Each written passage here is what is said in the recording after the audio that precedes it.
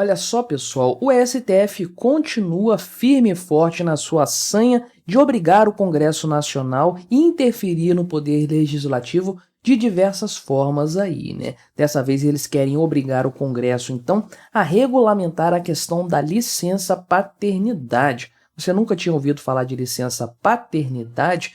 Pois é, isso aqui é um imbróglio legislativo brasileiro, mais um de tantos outros. E agora o STF usa essa questão, então, de fato, para pressionar o poder legislativo e interferir um pouco mais na autonomia que esse poder supostamente deveria ter, né? E olha só, adivinha, o STF já tem maioria para obrigar, de fato, o Congresso a tomar alguma providência quanto à licença paternidade. Ou seja, atualmente aí, o processo está em julgamento, a ação judicial está correndo lá no STF, mas a coisa já está decidida, a maioria já está formada, agora é só uma questão de tempo para que realmente seja publicado e o Congresso tenha que agir nesse sentido aí, né? Mais uma intervenção no poder legislativo. Como será que os senhores deputados e senadores vão reagir a isso? Vamos dar uma olhada nessa história aqui, então, ver do que se trata essa decisão tomada pelo STF aí, por que isso foi colocado em primeiro lugar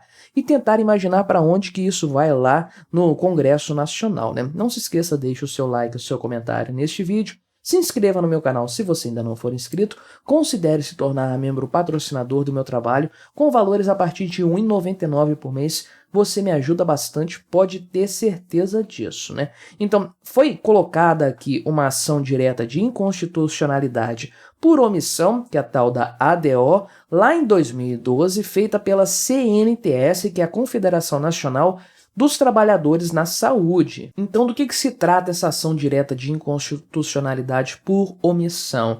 Isso aqui é como se fosse uma ADI negativa, né? A ADI normal é quando o Congresso, por exemplo, aprova uma lei lá e ela viola a Constituição Federal. Então, é proposta uma ação para que o STF avalie a questão e, de fato, declare a constitucionalidade ou não daquela lei, daquele dispositivo legal. Se for inconstitucional, ele deixa de valer imediatamente, porque nenhuma lei, nenhuma regra, nenhuma norma, nada disso aqui no Brasil pode prevalecer acima da Constituição Federal. Pelo menos é assim que a coisa é desenhada, é costurada para ser. Seria muito bonito na prática se funcionasse assim, né? A gente sabe que a realidade é bem diferente. Agora, essa ADO, que é uma ação por omissão, indica que o Congresso Nacional ou algum dos poderes não está agindo de acordo com as suas determinações constitucionais, ou seja, está se omitindo de fazer algo que a Constituição determina, né? Então, a ideia aqui, o que está em jogo nesse caso, é a questão da licença paternidade. E aí, talvez, ou provavelmente, você nem saiba que isso existe. A licença maternidade é muito conhecida, todo mundo sabe mais ou menos como é que funciona. 120 dias aí a trabalhadora, a empregada ou aí a autônoma, enfim, tem uma série de situações. A mulher, então, que dá à luz, ela pode ficar 120 dias sem trabalhar, mas recebendo aí, sendo remunerada por isso pelo próprio INSS, né? Às vezes de forma direta, às vezes de forma indireta. A forma indireta, a funcionária recebe seu salário da empresa, porém o INSS repõe isso para a empresa posteriormente. Então é um pagamento indireto, mas em todos os casos, 120 dias aí, então, de licença maternidade para a mulher. Ok, isso é constitucional, inclusive, né? Agora, qual que é a questão que está colocada aqui, então? É sobre a licença paternidade, que sim, existe e atualmente ela é de 5 dias. Sim, apenas 5 dias que o pai da criança pode faltar ao seu serviço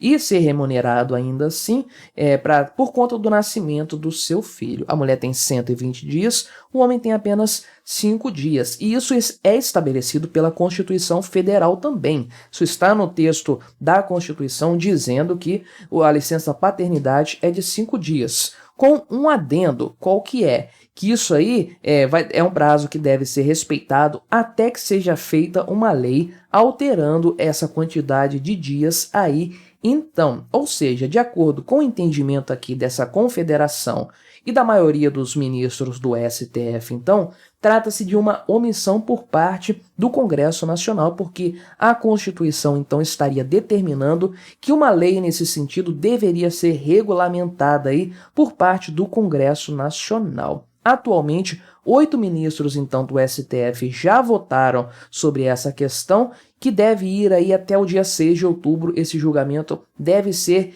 encerrado, né? E o entendimento que está prevalecendo lá na Suprema Corte é o seguinte, que o Congresso Nacional deverá obrigatoriamente regulamentar essa licença paternidade em até 18 meses, ou seja, nos próximos 18 meses o Congresso Nacional tem que elaborar uma lei, votar e aprovar essa lei sob risco aí de estar incorrendo numa questão de inconstitucionalidade. E aí isso começou a ser julgado lá em 2020, o relator na época era o Marco Aurélio de Mello, e ele votou para rejeitar a ação, então ele foi o primeiro voto contra aí, disse o seguinte, né, que a existência do prazo na regra transitória indica que não há lacuna a ser suprida, ou seja, pode deixar a coisa como tá, que não é um problema, a lei, o texto constitucional já é suficiente. Porém, os outros ministros que votaram na sequência aí divergiram desse voto, né? Edson Fachin, Luiz Roberto Barroso, Dias Toffoli, Gilmar Mendes, Alexandre de Moraes, Carmen Lúcia e a Rosa Weber aí, que se aposentou recentemente, mas teve tempo ainda de votar sobre essa questão, né? Não basta ela apenas ter votado pelo assassinato de bebês, né? Também votou aqui para ultrapassar os limites do STF e interferir mais uma vez no Congresso Nacional. Então todos esses aí votaram pelo reconhecimento da omissão do Parlamento, do Congresso, na regulamentação dessa questão da licença paternidade, né? E olha só o que ela propôs também aqui, a Rosa Weber, né? Ela fixou aí o seguinte, que enquanto essa nova legislação não é votada lá no Congresso Nacional, a licença paternidade seja equiparada à licença maternidade, né? Olha só que coisa, ou seja, ela está querendo dizer aí então que vão ser 120 dias de licença paternidade, é isso que ela está querendo colocar aqui. Ela emenda aqui dizendo no que for possível. Não entendi muito bem essa história aqui. E também a Carmen Lúcia e o Fachin votaram nesse sentido de equiparar as duas coisas, que seria aí uma solução transitória enquanto os parlamentares não se decidissem sobre o tema aí. E também o Barroso votou nesse sentido, né? Já o Toffoli, o Gilmar Mendes e o Alexandre de Moraes não votaram em favor dessa equiparação imediata. Esse ponto específico está um pouco dúbio ainda, não dá para saber para onde que isso vai. O que nós já sabemos é que há maioria no STF e a coisa vai caminhar nesse sentido aí de mais uma interferência do STF no Congresso Nacional e o pior de tudo, né? Criando uma situação ainda pior do que havia anteriormente. Porque você bem sabe, principalmente se você acompanha aqui o meu canal, que leis trabalhistas, essa coisa de garantir direitos para os trabalhadores e tudo mais, isso apenas piora o trabalho no Brasil e também a remuneração dos trabalhadores aqui no país, porque isso cria uma série de penduricalhos que torna a questão toda muito mais complexa, burocrática e cara para as empresas. Então você desestimula as empresas de contratar funcionários, né? Ah, mas isso aqui é o INSS que vai pagar também, não vai sair do bolso da empresa, mas tem todo o custo envolvido na questão burocrática. E você cria também um problema para o INSS aí, no sentido de ele ter que arcar com mais esses gastos, sendo que a Previdência está mais do que falida, né? E tem outro detalhe também, que se hoje o trabalhador, o homem, que é pai, tem apenas 5 dias de folga remunerada aí, se eles equipararem a licença paternidade à licença maternidade,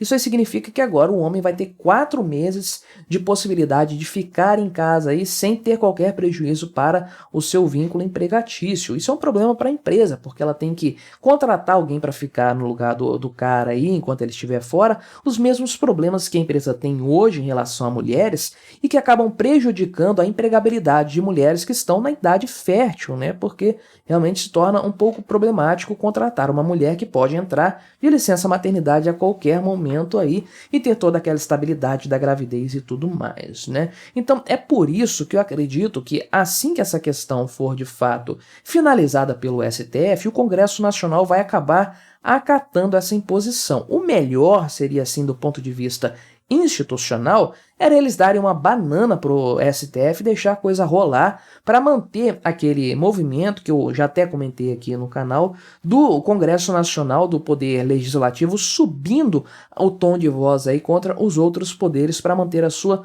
independência. Só que do ponto de vista aí do benefício para a sociedade, para a economia, o melhor era o Congresso legislar sobre esse tema mesmo aí, colocando aí ou fixando os 5 dias apenas de licença que já existem atualmente aí, para evitar que você crie uma situação pior, que é esse limbo jurídico que o STF vai criar após a votação dessa questão, caso essa equiparação seja realmente apoiada por outros ministros, né, o que vai prejudicar bastante a economia do país. Então acho bem provável que o Congresso acabe legislando mesmo essa história para ter uma solução melhor para esse imbróglio aqui, que foi mais uma vez causado pelo STF. Mas o que você achou dessa história? Colabore com o nosso debate, se inscreva no meu canal se você ainda não for inscrito e até a próxima.